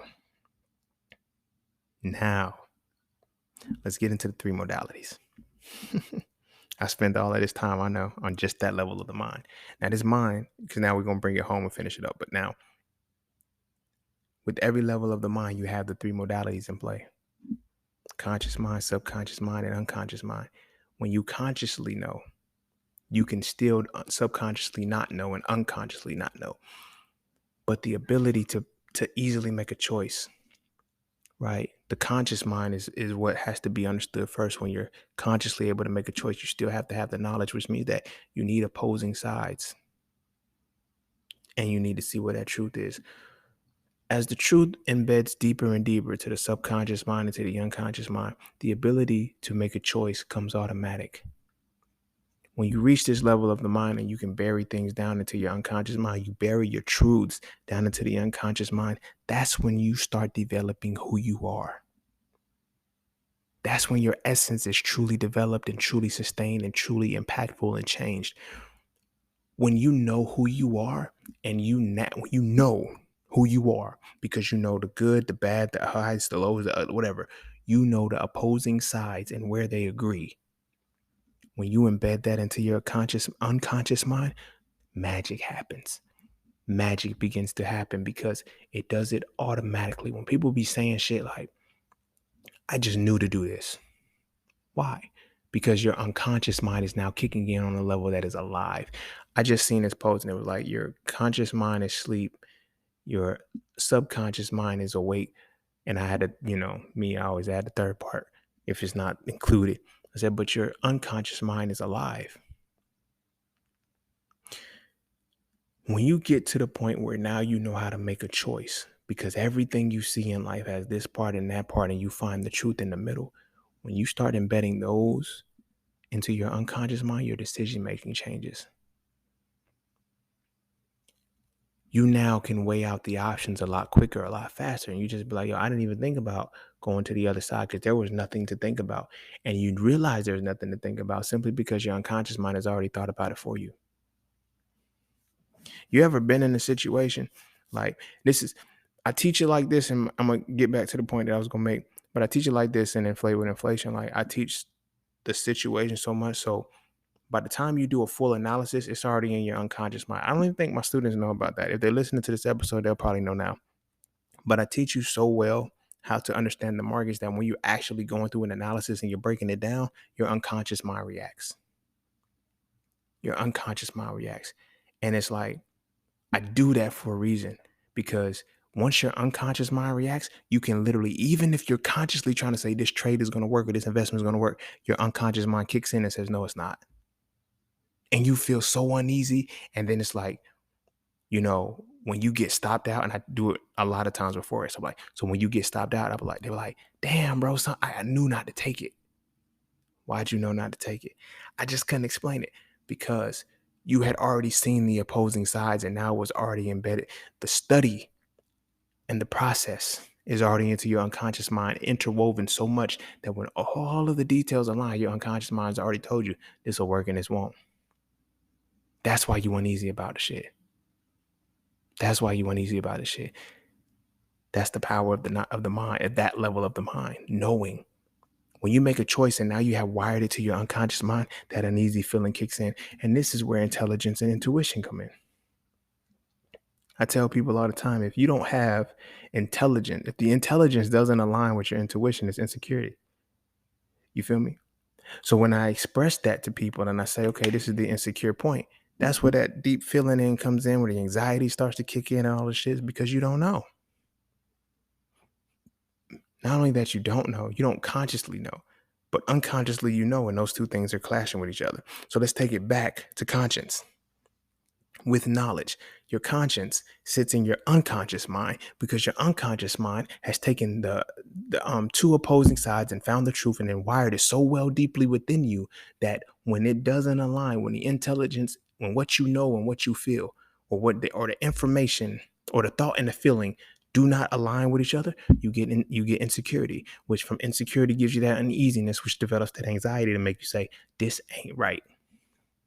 I feel uneasy about this, because your unconscious mind has seen a scenario so many times that the truth is now embedded within that area, so it can respond for you. Even when you're not conscious of the shit, it's going to respond for you. But this is why I tell people, you can rewrite your unconscious mind. You can rewrite your subconscious mind. You can bypass all levels of the mind and get straight to it. So that way you don't have to think about shit. This is a horn tutor, and I'm going to toot my horn because I went through the trenches to do this shit. This is why I'm so good at mastering the market. Whenever I'm going over to EWE and they're like, yo, bro, like, you don't use indicators. You don't use shit. You be right. You be right. Like, you don't even think about it. It's like you almost just look at it and be like, mm-hmm. And it's not that I can look at it and see it and eyeball it, because I know what's going on. But I know it so well that my unconscious mind even knows it too. So when I'm looking at it, I can say, that's an end. That's a start. We got to pull back. We got this currency strength. We got this. Nope, not ready. Or nah, this is going to keep going down. How do you know that shit? How don't you? And it's not that I don't know. It's not even a matter of how do I know it. It's like I know it so well that I don't have to think about what I know. Damn, excuse me. But I don't have to think about what I know. Yes, I'm keeping that sneeze in this motherfucker. Well, I mean, shit, if you listening to it, I kept the sneeze because, it's one take scene. I don't like cutting these motherfuckers because I like everything to be organic and real. But that's the level of the mind right there. This is the second level of the mind, knowing. Believing is not even believing ain't shit. That's why religion gets so scary, because it's like the whole theme of religion was to believe, to prepare you for the next level, which is to know. That's what the Aquarian age is about.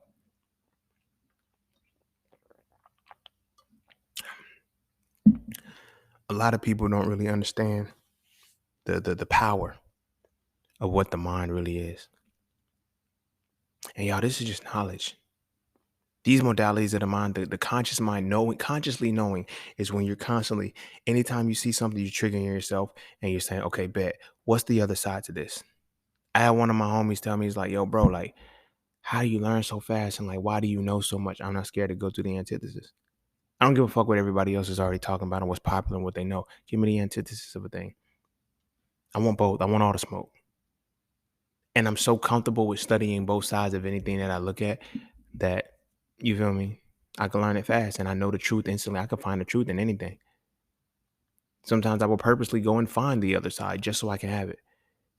Because the other side is not always there. That's why when you're learning indoctrination, when you're being educated, education and knowledge are not the same thing. Albert Einstein has a quote that says, education interfered with my learning. Nigga, Albert Einstein said that shit. You feel me? I'm not trying to glorify, hype him up or nothing like that. But when you say this the smartest nigga ever, so they say he's the smartest man alive or smartest man to ever live, or however they're breaking it down. I don't fucking know, but they're like, he's so smart and he's the genius or whatever the case may be. But he says education interfered with my learning,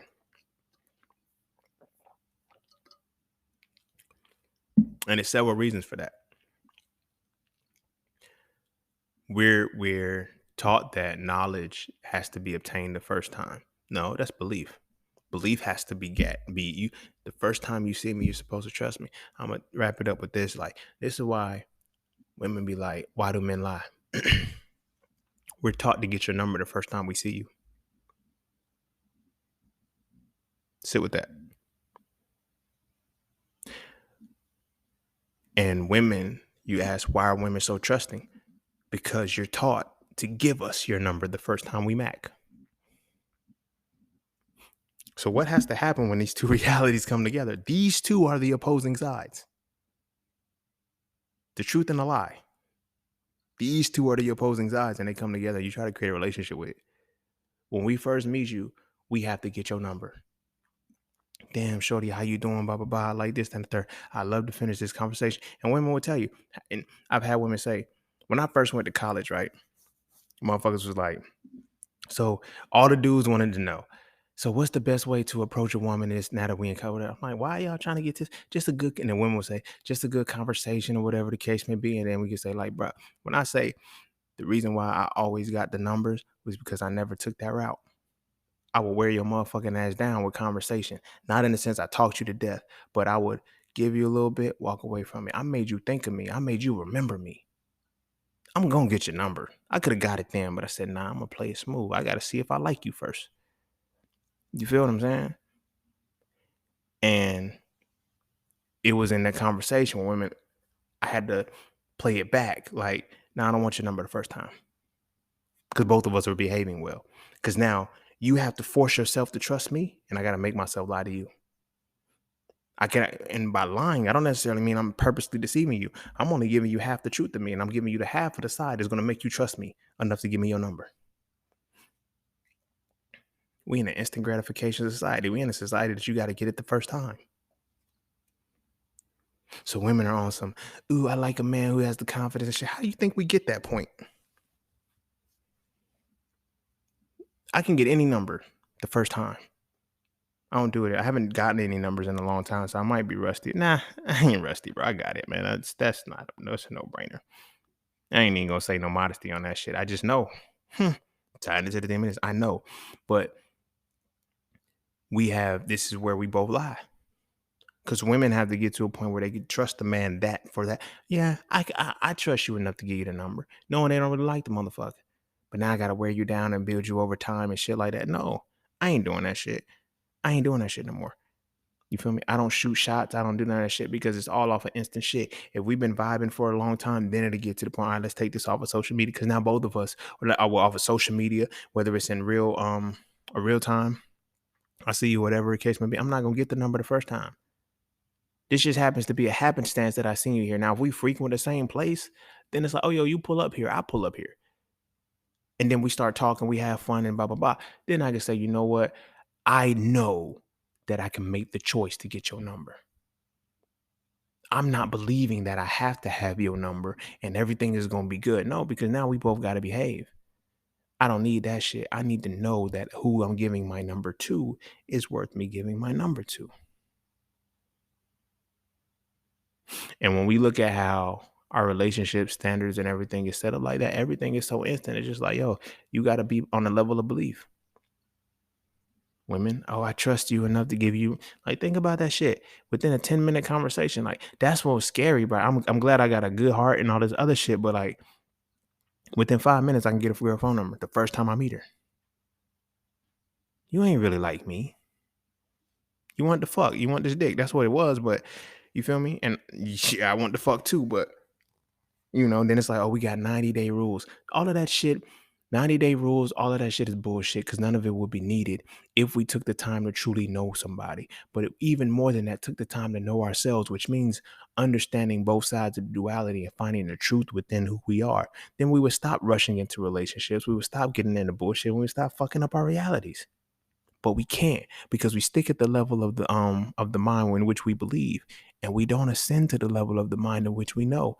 And because we don't know, we can't choose. And because we can't choose, we continue to pick options that ain't even really for us.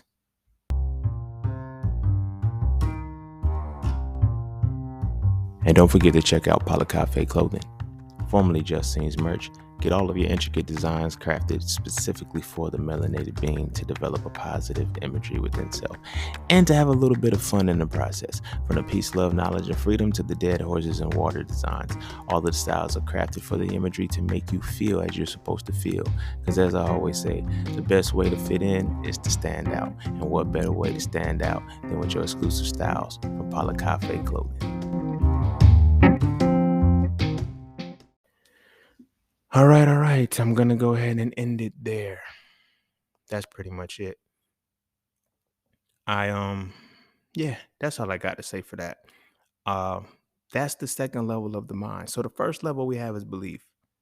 Second level is knowledge. Belief is predicated by fear and faith. It's like faith is going to make you go towards something that you don't know nothing about. Fear is going to make you stay away from something that you don't know nothing about. But when you take the chance to have faith and believe in it, you go towards it, then you face the wall of cognitive dissonance, and you have the option to break through that wall of cognitive dissonance by understanding the antithesis. When you learn to understand the antithesis of something, which is the opposite side of it to find the truth, that's when you first obtain truth. And to get through the wall of cognitive dissonance is about obtaining truth. When you learn the template of how to do that, that's when you walk into the realm of knowledge. And when you walk into the realm of knowledge, you're able to make choices. It is our choices that lead to our experiences, not our beliefs. It's not our beliefs. Contrary to what a lot of motherfuckers think, what you believe ain't got shit to do with your experience. You feel me? That's why job markets are what they are. You feel me? They're like, yo, we need you to have experience. Fuck what you believed. Your degree is what you believed in. Your degree is what you believed in. We don't even know if you really have knowledge of this thing until we see your experience work, because now you have to get to that third level of the mind in regards to this. The knowledge is your ability to choose. With this information that you believe in for your degree, can you make a choice in the realm of the moment that you're in? Yes or no? I don't give a fuck if you got A's. I don't give a fuck if you did all of this community volunteer work. Do you have the experience? And to get the experience comes from consecutively making choices. Just like gaining knowledge is continuously facing the antithesis of a thing. Because you get to the point where you're always seeing the other side and finding the truth. That's knowledge. Now, when you take this knowledge and you make choices, those choices lead to your experiences, which goes into the third level of the mind, which is what we'll discuss next week. It's not hard. It's not hard, but they can't teach you this. They can't teach you this because now this is a whole different level of accountability. When I tell people about the absolute self, I don't be bullshitting, y'all. This ain't the conscious rhetoric for us to, for me to sound good and sound smart. I do this. I'm only telling you what the fuck I do. My mind is there. That's why I be hurting my feelings when people be like, yo, I can't go where your mind goes. You don't want to understand shit? You don't want to know shit? You don't want to experience shit? No, you just want to believe shit. Okay. All right, man. It is what it is. Your mind everybody's mind can go where mine is, because it's just a process of what you got to go through. Knowledge is not hard to obtain. It is dealing with the betrayal that potentially comes on your quest to gain knowledge. Because truth is not pretty. Like I said, it ain't ugly either, but truth is largely not pretty. You have to really sit with yourself and find the duality of, and this is why when I teach, especially in Soulful 3, teaching my brothers and shit, like when I teach going through the tree of life, it is about getting into the self. Everything I do is about how you're doing to yourself. You walk through the process of truly uncovering who you are, which means knowing who you are, experiencing who you are, and then understanding who you are. So then you have the capacity of rejecting and accepting, which is the highest level of understanding. But we'll get to that, like I said, in 2 weeks. We still got experience to get through. But when your knowledge reaches that point where you continually make choices, making choices is a function of being able to see the antithesis of a thing, continually seeing the antithesis of a thing, and finding the truth in it. That's why I can't trust anybody these days. I seek to know a person. I want to know you're good. I want to know you're bad. Everybody's on their best behavior. A lot of people tell me all the time, they're like, yo, you so transparent. I like your transparency. You don't hide anything. You're not afraid, because I don't give a fuck. I know me. I understand me so well that I know that I'm not a problem. You feel me? I'm only a problem when somebody is trying to come into my realm and into my space in a believer's mindset. I know when a motherfucker's on a level of belief of the mind because they don't want me to see their bad side. I don't mind showing my bad side. My bad side makes me good. Like real shit. My bad side is what makes me good. Just like my good side is what helps make me bad. The two are one and the same. It ain't no different. It is not a difference. You feel me? But I have reached a point where I know myself. And in knowing myself, I have reached a point in knowing myself, I made the choice to say, I want to be this way or I want to be that way. I want to say what the fuck I want to say today. Like, motherfuckers fear cancel culture. I don't give a fuck. Fuck you and that culture. I made the choice to say what I was going to say. I made the choice to do what I was going to do. I don't give a fuck about none of that. For one, you're not going to beat my ass. And for two, you don't stop shit over here. You feel me? None of that shit matters to me because I know who I am. I know what I am. I know where I am. I know when, I know me. And I know the antithesis of who I am. My dark side is we cool. My light side, we cool. It ain't no animosity. That's what I'm saying. Your absolute self is when you make that merger between your lower self and your higher self and remove that capacity of saying, oh, I got my lower self or my higher self because you put them in a hierarchy. No, nigga, they opposite sides of the same coin. It's pretty much your light side and your dark side. But you got to embrace that. You don't shut your dark side down. Your dark side is what got you through those moments when your light side kept you blinded.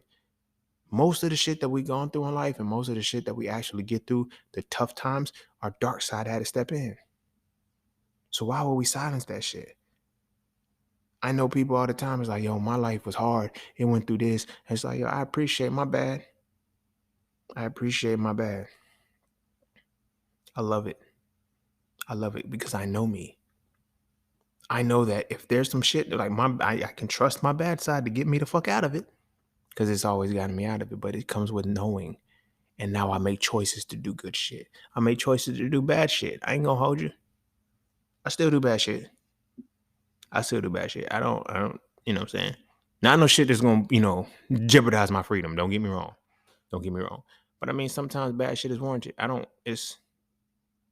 Jay-Z got a line on Freemason. He said, Lord, forgive me. I never would have made it without sin.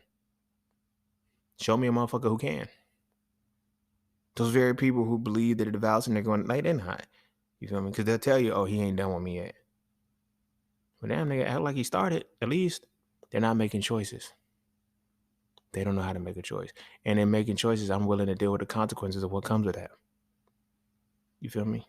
When I say certain shit, when I do certain shit, like, people be thinking I'm fearless and I am, but people think, oh, you just don't give a fuck. You real, you just done the third. Nah, bro, I'm willing to deal with the consequences for the choices I make. You feel me? You heard the 200th episode. If not, I suggest you go back and listen to it. No matter how long it is, sit with that. That is a very pivotal episode because that is the power of choice. I knew me.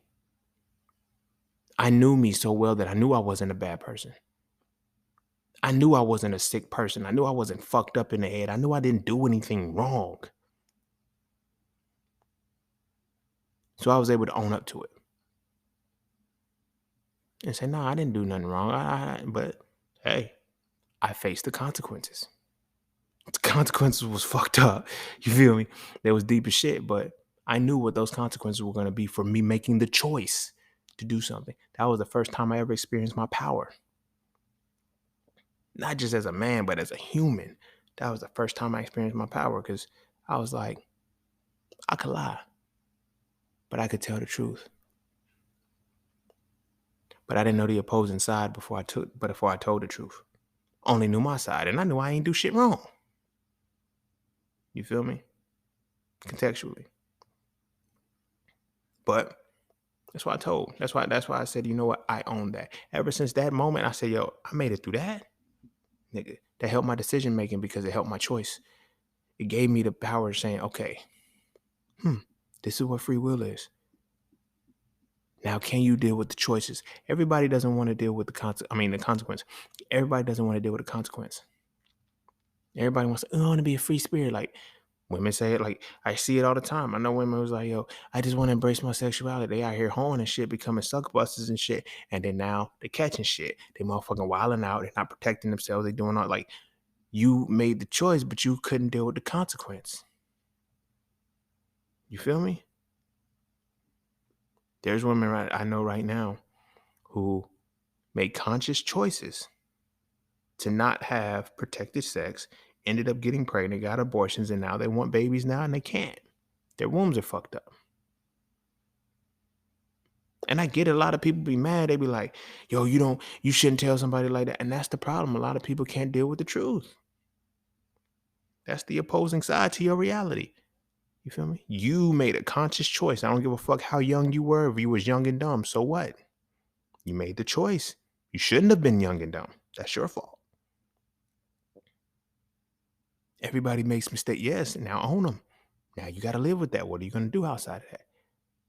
Because now you don't want to express to the person like, there's things right now that's like, yo, you got to tell me some shit. Like, don't waste my time. Like, I remember one time I was talking to a woman and I respect her so much because she already had kids and I still want kids. I'm going to have kids. And she was like, oh, nah, you could just adopt mine. I'm not having anymore. We going to stop this right now. Wow, you just going to cut me off like that? Yes, nigga, you don't want kids. I do. There's no like, the choice is stupid. The choice to stay is stupid on my part. Because I don't win in this situation. You do. You get me, and I know that I want kids. You already have kids. You don't like, no, I don't like, I'm not raising another nigga kids. I don't mind it, but I want mine too. And if you're not willing to give me mine, what are you telling me you want me to be? And then if I walk out on the kids and shit or whatever the case may be, because I realize, damn, I don't want to be in that situation. So I learned to accept the knowledge up front and receive the knowledge up front. I go into every situation with the knowledge first. Let me get the antithesis. Do you want this? I'm not going to, things are going to change. I'm not stupid. I ain't delirious with that shit. I'm not going to sit there and assume things. No, knowledge allows me to see things for what they are. When motherfuckers be like, yo, it is what it is. It's one thing to say that shit, but it's another thing to understand that it is what it is tied to the reality that you have made a choice and you know. You feel me? And it's largely also to experience. A lot of motherfuckers don't really know experience too well. You feel me? And we'll get to that next week. But for now, I wanted to break down knowledge. When you have the capacity to make choices and live with those consequences, and that's a part of living with those consequences. A lot of people can't live with the consequences they make because a lot of people don't anticipate what consequences are going to come. And that's one of the things that I do. I don't anticipate the consequences are going to come, but I assume, and I just say, whatever can happen, can happen. Good, bad, or ugly. I don't care. But I'm able to say, okay, wow, a part of living with the consequence is when you're able to get to it. This is where the knowledge comes in because it's like a reverberating effect to sustain itself. It starts to work on itself. When you make choices and you start to deal with the consequences, to understand and thoroughly get through what that consequence gave you, you have to see both sides. You approach this consequences Damn, this is what happened. Here's the good, here's the bad, here's what I did. You feel what I'm saying? And live it. I got a song that I did years ago. It's called What Ifs and OLs. That is an epitome of that. I live by what else. I live by OLs now. And that is a part of knowing. When I go into a situation, I'm like, here's the good, here's the bad. I'm going to make the choice to do it because regardless of what the outcome is, I can see is the reward going to be worth it? Yeah, the reward is worth it. Cool, I'm in it. And if it's not, if I'm not rewarded for it and I'm punished, I'll deal with the punishment because I knew what I was getting into, and I will blame nobody but myself. But I also will not internalize that blame for myself. I will own it, but I will not internalize it as mine and making that the reality of who I am as a person, because it's not. That is a choice that I made. It is simply a choice that I made. We are not the accumulation of choices that we made, but our choices do predicate our experiences with life. When people tell me, oh, you experienced a lot, I made a lot of fucked up choices, and I made a lot of good choices too. I hear that so many times when old heads are giving advice to young bulls and shit, like, yeah, man, when you fuck up this much, you get wise. No, that's not the only thing that gets you wise. I literally have just as many fuck ups as I do wins. Just as many losses in this life as I do wins, and I spend time on both of those. I equally appreciate both of those because of what those experiences got me. You feel me? Fuck all of the bullshit. What did I gain out of this? I gain out of everything, and that's the thing about it. When you see the consequence for what it is, that's where your gains are gonna be.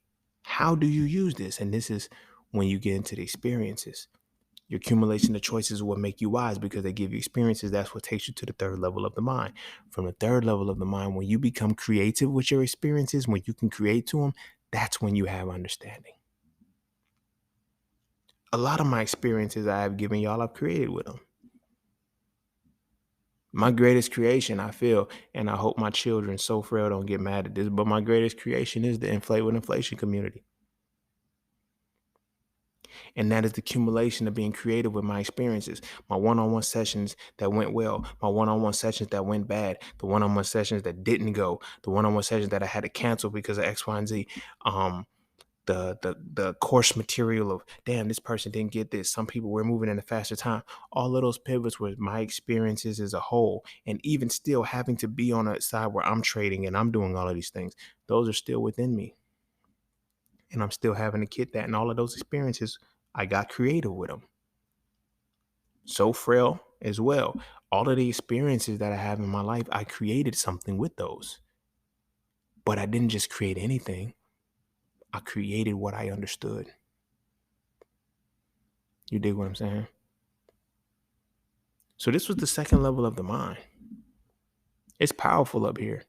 Because once you get to the point where you can make choices, I promise you, and you can have your choices, when you get down to the choices and they have been wired down to your unconscious mind and your decision making at some point, you automatically know what's what. Down to the women, down to like when I start telling y'all about types and attraction, this is how I do it. Like when I got to the point of knowing myself, I say, I ain't attracted to my types no more. I'm not attracted to my types no more. It's crazy. And I started to see different things of, but it came choices. Do I want to choose to continue to fuck with my type? Or do I want to choose to now fuck with my attraction? Which means I have to make a choice of knowing both sides of what's going to allow me to be viable in a situation. You feel me? But that comes with knowledge. And then, like I said, once you get it down to your unconscious mind, it helps with your decision making because your conscience now kicks in. Because that's where your conscience resides. You feel me? But this is long and I don't want to keep going on. So I'm going to go ahead and wrap it up here. Go kiss your babies. Make sure they eat their vegetables. And our kids, they're already open on all levels of the mind. We shut them down. Now we got to teach them how to truly know. Sit with your kid and let them see both sides of a thing to let them have the truth. When they ask you why, that's what they're looking for, the truth. They don't want to trust that you know the answer. They want to arrive at the conclusion, the answer for themselves. So the fastest way to do that is to give them the antithesis of a thing. When they ask about this, give them this and the opposite side and say, now here's where it sits in the middle. Where do these two things agree? And right there is your truth. Program them. I'm not even going to say program because I don't want to make it seem like we're like them, but teach them and guide them into using their mind for that. I promise you, you'll raise critical thinkers just like that, because you're able to see the opposing side of a situation and come to the conclusion of where these things agree. And where these things agree is where the truth is. Simple. But that's all I got. So go kiss your babies. Make sure they eat their vegetables. And I'm going to see y'all all on the next one. Peace, love, knowledge, and freedom. I'm out.